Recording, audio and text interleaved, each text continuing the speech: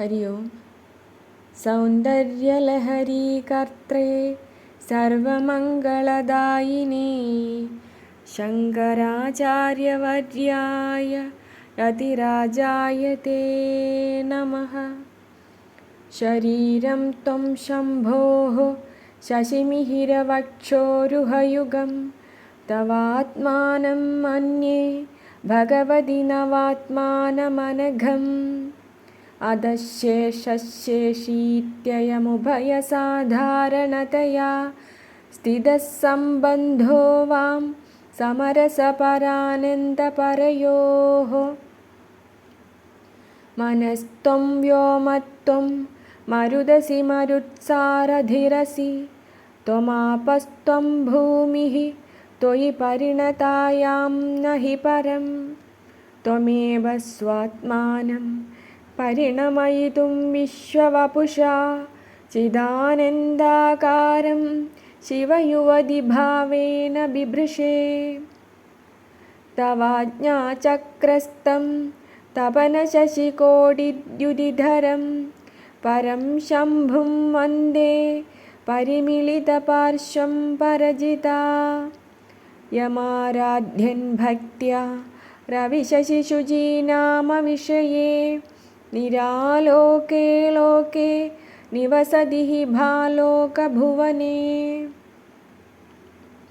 विशुद्धौ ते शुद्धस्फटिकविशतं व्योमजनकं शिवं सेवे देवीम् अभिशिवसमानव्यवसितां। ययोः कान्त्यायान्त्याः शशिकिरणसारूप्यसरणेः विधूदान्तर्द्वान्दा विलसति चकोरीव जगति। समुन्मीलः संवित् कमलमकरन्दैकरसिकं भजेऽहं सद्वन्द्वं किमपि महतां मानसचरं। यदालापादष्टादशगुणिता विद्यापरिणतिः यदा दत्ते दोषाद् गुणमखिलमद्भ्यः पय इव। तव स्वाधिष्ठाने उदवहमधिष्ठाय निरतं तमीडे संवर्तं जननि महतीं तां च समयां। यदा लोके लोकान् दहति महदी क्रोधकलिते दयाद्राया दृष्टिः शिशिरमुपचारं रचयति। तडित्वन्तं शक्त्या तिमिरपरिपन्थिस्फुरणया स्फुरन्नानारत्नाभरणपरिणद्धेन्द्रधनुषं। तव श्यामं मेघं कमपि मणिपूरैकशरणं निषेवे वर्षन्दं हरमिहिरतप्तं त्रिभुवनं। तवाधारे मूले सह समयया लास्यपरया नवात्मानं मन्ये नवरसमहाताण्डवनटम्। उभाभ्यामेदाभ्याम् उदयविधिमुद्दिश्य दयया सनादाभ्यां यज्ञे जनकजननीमज्जगदितम्।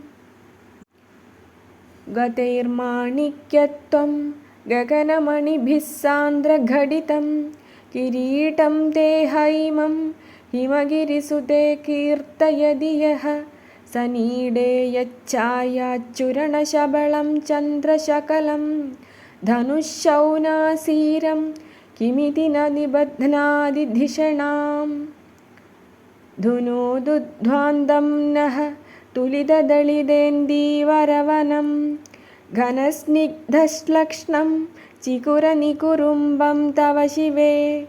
यदीयं सौरभ्यं सहजमुपलब्धुं सुमनसो वसन्त्यस्मिन्मन्ये बलमधनवाटीविडपिनाम्। यदक्षरपदभ्रष्टं मात्राहीनं तु यद्भवेत् तत्सर्वं क्षम्यतां देवि नारायणि नमोऽस्तु ते। विसर्गबिन्दुमात्राणि पदपादाक्षराणि च न्यूनानि चातिरिक्तानि क्षमस्व परमेश्वरि। अपराधसहस्राणि क्रियन्ते हन्निशं मया दासोऽयमिति मां मत्वा क्षमस्व परमेश्वरी। अन्यथा शरणं नास्ति त्वमेव शरणं मम तस्मात् कारुण्यभावेन रक्ष रक्ष महेश्वरी। हरि ओं तत्सत्। श्रीमहादेव्यार्पणमस्तु।